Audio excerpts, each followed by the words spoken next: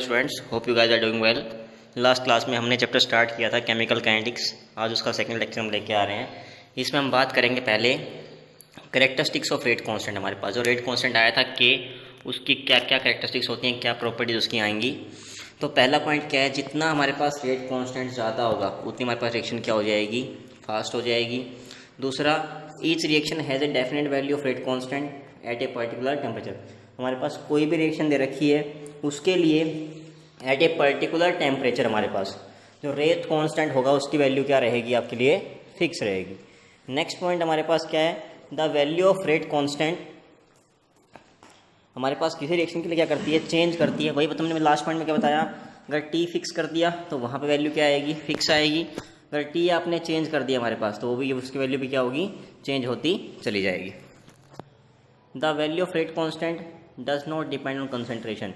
T पे depend करती है लेकिन कंसंट्रेशन पे डिपेंड नहीं करती, किसकी वैल्यू आपके पास रेट कांस्टेंट की। The unit of rate constant, जो हमारे पास इसकी यूनिट्स आएंगी रेट कांस्टेंट की, वो डिपेंड करती है हमारे पास ऑर्डर ऑफ रिएक्शन। फर्स्ट के लिए अलग आएगी, सेकंड के लिए अलग आएगी, हमारे पास थर्ड के लिए क्या आएगी, अलग आएगी। जीरो के हमारे पास क्या आएगी, वैल्यू कुछ अलग आएगी। हम साइड डिस्कस करेंगे हमारे पास कैसे वैल्यूज़ निकालते हैं, क्या आती हैं, कैसे आएंगी। तो नेक्स्ट हमारे पास आ गया, किसको बोलते हैं, ऑर्डर ऑफ रिएक्शन। तो हम पहले ही पढ़ चुके हैं। जो हमारे पास क्या आया था, रेट लाया था, मैं लिखा है रेट इक्वल्स टू क्या आया था, के ए की पावर अल्फ़ा एंड बी की पावर बीटा। तो जो यहाँ पे ये अल्फ़ा प्लस बीटा आया है, इसी को हम क्या बोलते हैं, रेट ऑफ रिएक्शन बोलते हैं। हमारे पास अल्फ़ा, सॉरी बेटा, क्या बोलते हैं इसको हम, रेट ऑफ रिएक्शन नहीं, इसको हम क्या बोलते हैं, ऑर्डर ऑफ रिएक्शन बोलते हैं। क्या लिखा है यहाँ पे, the sum of powers to which molar concentration in the rate law equation are raise to express r in the observed rate of reaction is called order of reaction. तो हम यहाँ पे बात करते हैं, हमारे पास ये हम पढ़ चुके हैं पहले ही, लॉ ऑफ मास एक्शन क्या होता है और रेट ला क्या होता है, दोनों हम बातें कर चुके हैं। ये हमारे पास थ्योरेटिकल होता है, ये कैसा होता है, पास एक्सपेरिमेंटल होता है। इसमें जो कोफिशिएंट होगा वही आएगा आगे। यहाँ हमारे पास क्या आएंगे, अल्फा और बीटा वैल्यूज़ आएंगे। ऑर्डर हमारे पास कोई भी इंटीजर हो सकता है। जैसे हमारे पास जीरो ऑर्डर की बात करते हैं, एग्जाम्पल दिया हुआ है। यहाँ अगर हम according to law of mass action लगाते तो क्या लिखते हैं आप, यहाँ पे पावर कितनी आती है NH3 की 2, लेकिन क्या लिखा है यहाँ पे, ये NH3 पे डिपेंड ही नहीं करता। क्या लिखा है, पावर कितनी है, 0। तो हमारे पास ये कौन सी इक्वेशन हो गई, हमारे पास ये जीरो ऑर्डर इक्वेशन हो गई। ऐसे हमारे पास ये भी कौन सी है, जीरो ऑर्डर इक्वेशन है। फर्स्ट हमारे पास 1 पे डिपेंड कर रहा है तो फर्स्ट हो गई हमारे पास, ये भी कौन सी हो गई, फर्स्ट। तो हमारे पास कोई भी इक्वेशन दे रखी हो, रेट ऑर्डर निकालना के लिए बहुत ईजी हो, बस क्या करना है, उसकी जो कंसेंट्रेशन है उन पावर्स का सम करना है बेसिकली। तो क्या आ गया, ओवरऑल ऑर्डर ऑफ रेट निकालना है, वहन द रेट एक्सप्रेशन हमारे पास क्या आ गया, के ए की पावर हाफ बी की पावर 3/2। तो ऑर्डर क्या आएगा, दोनों को ऐड कर दो, हाफ प्लस 3/2 कितना आ जाएगा, 4/2। हमारे पास कितना आ गया, सेकंड ऑर्डर इक्वेशन। 3/2 और ये -1 दे रखा था, कितना हो गया, ये हाफ ऑर्डर। मतलब फ्रैक्शन में भी आ सकता है हमारे पास, कैसा भी इसका ऑर्डर आ सकता है। Rate law for a reaction is found to be, हमारे पास रेट ला दे रखा है। How would the rate of reaction change when concentration of H+ is double. Check कर लो, हमारे पास H+ को डबल करेंगे तो हमारे पास क्या आएगा, 2 का स्क्वायर 4 टाइम्स हो जाएगा। I- को हाफ कर दिया तो हमारे पास अलग अलग कंडीशन दे रखी हैं।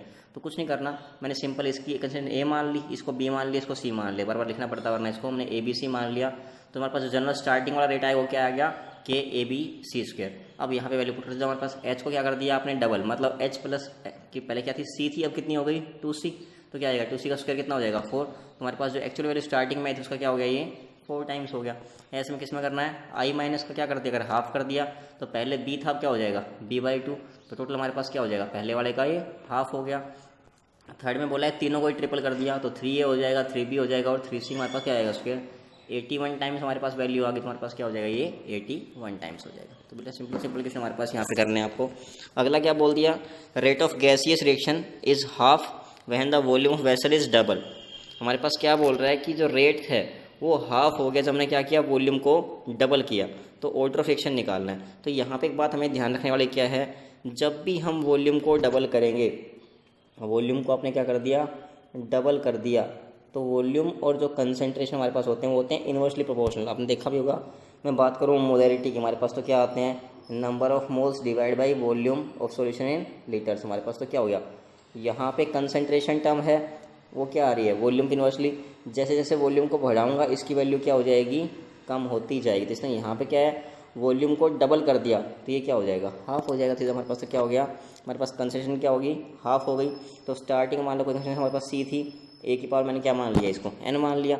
अब क्या हो जाएगी इसकी, हाफ a बाई 2 की पावर कितनी हो जाएगी, n। दोनों को डिवाइड कर दिया हमारे पास इक्वेशन को, तो यहाँ से n हमारे पास कितना कट के आ गया, 1। तो हमारे पास कौन सी इक्वेशन है ये, फर्स्ट ऑर्डर की हमारे पास क्या आ गई, इक्वेशन आ गई। तो बहुत सिंपल चीज़ें हैं।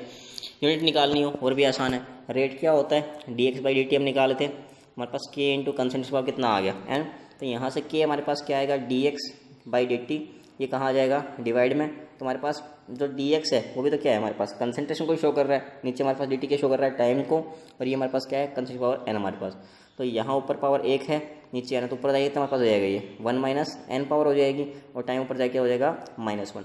तो इसकी यूनिट हमारे पास क्या होती है, कंसेंट्रेशन की मोल पर लीटर, और टाइम की क्या होती है, सेकंड। तो हमारे पास एक जनरल फार्मूला आ गया, इसमें हम क्या करेंगे, n की वैल्यू 0 के लिए 0 रखेंगे, फर्स्ट के लिए फर्स्ट, सेकंड के लिए सेकंड। तो हमारे पास क्या हो जाएगा, ये जनरल फार्मूला हमारे पास आ गया। यहाँ से हम किसी भी रिएक्शन के रेट कांस्टेंट की यूनिट निकाल सकते हैं आपके पास। जैसे हमारे पास यही फार्मूला है, n0 पुट किया आपने, क्या हो जाएगा, मोल पर लीटर पर सेकेंड। n1 पुट कर दिया, ये 1 माइनस कर क्या हो गया, 0 हो जाएगा, क्या खाली आएगी हमारे पास, सेकेंड इनवर्स आएगी। थर्ड मैंने क्या कर दिया, 2 पुट कर दिया, तो क्या आ जाएगा, 1 -1 हो जाएगा, तो क्या हो गया, ये mole inverse litre second inverse. तो आप यहाँ से first, second, third, half, second कुछ भी निकाल सकते हो हमारे पास। जहाँ पे गैसेज आएंगी वहाँ ध्यान क्या रखना है, बस जहाँ पे आपने कंसंट्रेशन लिया है वहाँ क्या आ जाएगा, प्रेशर की यूनिट हमारे पास ATM आ जाएगी।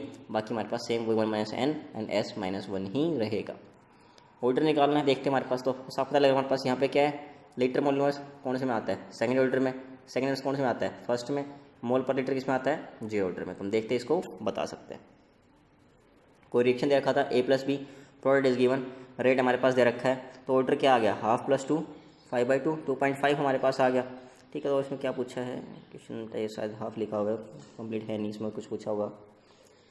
ठीक है, कोई नहीं, इसको बाद में कर लेंगे। डिफरेंस हमारे पास किस में निकालना है आपको, रेट ऑफ रिएक्शन और रेट कांस्टेंट में। तो हमारे पास रेट ऑफ रिएक्शन क्या आया था, वही change in concentration divide by time हमारे पास। लेकिन रेट कांस्टेंट हमारे पास क्या आया, ये हमारे पास रेटला इक्वेशन के ही इक्वल आएगा, जब तुम्हारे पास कंसंट्रेशन है वो हमें कितनी माननी है, यूनिटी मानते। क्या बोल दिया, इट्स द कांस्टेंट प्रोपोर्शनलिटी हमारे पास in the rate law equation and it is equal to the rate of reaction. कब, जब जो हमारे पास मोलर कंसंट्रेशन है वो कितनी आ रखी है, यूनिटी आ रखी है या 1 आ रखी है।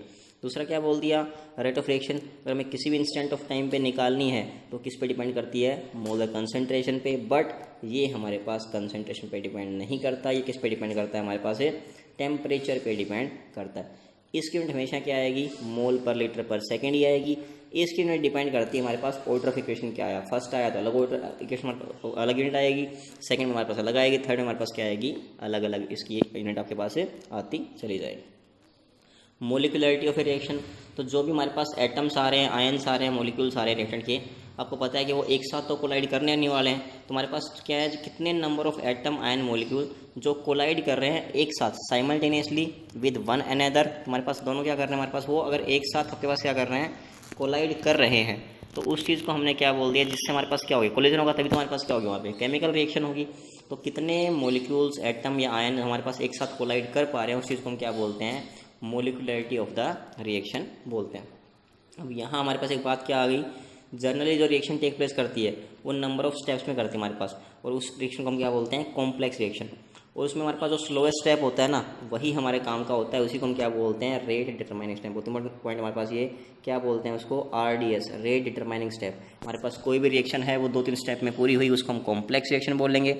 और उस रिएक्शन में लिखा होता है ये स्टेप स्लो है, ये फास्ट है, जो स्लो लिखा मिलेगा वो हमारे पास क्या होता है, रेट को डिटरमाइन करेगा। रेट डिटरमाइन हमारे पास क्या होता है, वो स्टेप होता है। Writing the steps of all the reaction, कोई रिएक्शन हमारे पास 3 स्टेप में हुई तो उसके अगर हमने तीनों स्टेप लिख के दिखाया तो उस चीज़ को हम क्या बोल देंगे कि हमारे पास हमने क्या लिख दिया, इसका मैकेनिज्म लिख दिया। एंड द डिफरेंट स्टेप्स को हम क्या बोलेंगे, elementary reaction which take place in the single step. तो मोलरिटी हम कैसे डिफाइन करते हैं, डिफाइंड हमारे पास किसके लिए होती है, only for the elementary reaction. जो हमारे पास सिंगल आएंगे ना रिएक्शन, उनके लिए डिफाइन है हमारे पास। इसको हम कॉम्प्लेक्स रिएक्शन के लिए इसका कोई मीनिंग हमारे पास नहीं है, ना ही हमारे पास क्या आएगी, मीनिंगलेस आएगी। जैसे हमारे पास इक्वेशन दे दिया, हमारे पास NO2F2 हमारे पास रिएक्शन आई, इसका रेटला हमारे पास ये दिया हुआ है, हम इसका मैकेनिज्म चेक करते हैं वहाँ से हमारे पास। तो इसमें 2 स्टेप में रिएक्शन पूरी होती है, पहले NO2 एक F2 से कंबाइन करता है, ये बनाएगा, और सेकंड स्टेप हमारे पास क्या होता है, जो NO2 हमारे पास दूसरा है वो F से जुड़ेगा, क्या बनाएगा, NO2F हमारे पास बनाएगा। तो यहाँ पे 2 स्टेप्स हमारे पास बेसिकली आ रहे हैं। तो क्या हुआ यहाँ पे, तो यहाँ हमारे पास बेसिकली क्या हुआ है, तो यहाँ पे हमारे पास जो मोलिकुलरिटी आई है वो हमें कैसे निकालनी पड़ेगी, बाई मोलिकुलर। कैसे आया, स्लो स्टेप चेक करेंगे। स्लो स्टेप हमारे पास कौन सा है, ये है। तो यहाँ हमारे पास क्या हुआ, बेसिकली किस किस पे डिपेंड कर रहा है ये, NO2 पे और F2। तो हमारे पास क्या हो गया, ये बाई मोलिकुलर हमारे पास क्या आ गई, इसकी रिएक्शन आ चुकी है। तो यहाँ पे बोला है कि क्वेश्चन हमारे पास कि explain why the reactions of higher order are very rare. हमारे पास वो बहुत कम होती हैं, ऐसा क्यों होता है, हमने पढ़ चुके हैं कोलिजन थ्योरी। उसके अकॉर्डिंग हमारे पास सिंपल सी बात है, कोई रिएक्शन अगर हो रही है तो मॉलिक्यूल आपस में क्या करेंगे, साथ में आएंगे, साइमल्टेनियसली कोलाइड करेंगे दूसरे साथ। तो हमारे पास जितने नंबर ऑफ मॉलिक्यूल्स ज़्यादा आएंगे उतने ही कम चांस हैं मॉलिक्यूल के आपस में कंबाइन होने के, कोलाइड होने के हमारे पास, क्योंकि उसकी प्रोबेबिलिटी क्या हो जाएगी, उतनी ही कम होती जाएगी। तो इसलिए हमारे पास क्या है, zero order, first order, second हमारे पास मिल जाती हैं। इससे हाई वाले हमारे पास क्या मिलती हैं, बहुत ही रेयर मिलती हैं हमारे पास। Difference order of reaction molecularity में 2 पॉइंट हम कर लेते हैं, बाकी हम इसको कल करेंगे। ऑर्डर हमने बताया था क्या आया था, वही sum of power, sum of concentration terms to which rate हमारे पास क्या है, एक्चुअली डिपेंड कर रहा है, हम क्या बोलते हैं, सम ऑफ एक्सपोनेंट्स, वो कहाँ पे आएंगे, मोलर कंसंट्रेशन में आएंगे। और दूसरा हमारे पास क्या बोल दिया, इस साइड मोलिकुलरिटी में क्या आएगा, यहाँ पे नंबर ऑफ एटम आयन हमारे पास मॉलिक्यूल कितने हैं जो आपस में कोलाइड कर रहे हैं, ताकि हमारे पास कोई केमिकल रिएक्शन टेक प्लेस कर जाए। दूसरा हमारे पास यहाँ पे क्या आ रहा है, ये कोई भी इंटीजर या ज़ीरो हो सकता है, लेकिन हमारे पास ये कैसा आएगा, ज़ीरो ही आएगा, और फ्रैक्शन हमारे पास ये आ सकता है।